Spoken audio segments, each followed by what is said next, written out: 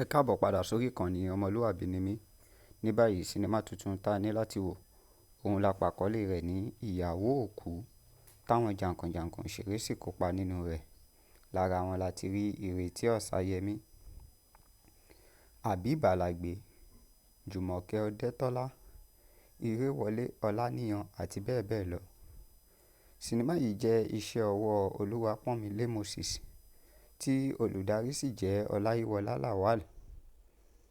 Àìmágbà kádàrá lè dá ọgbẹ́ sí ènìyàn lọ́kàn.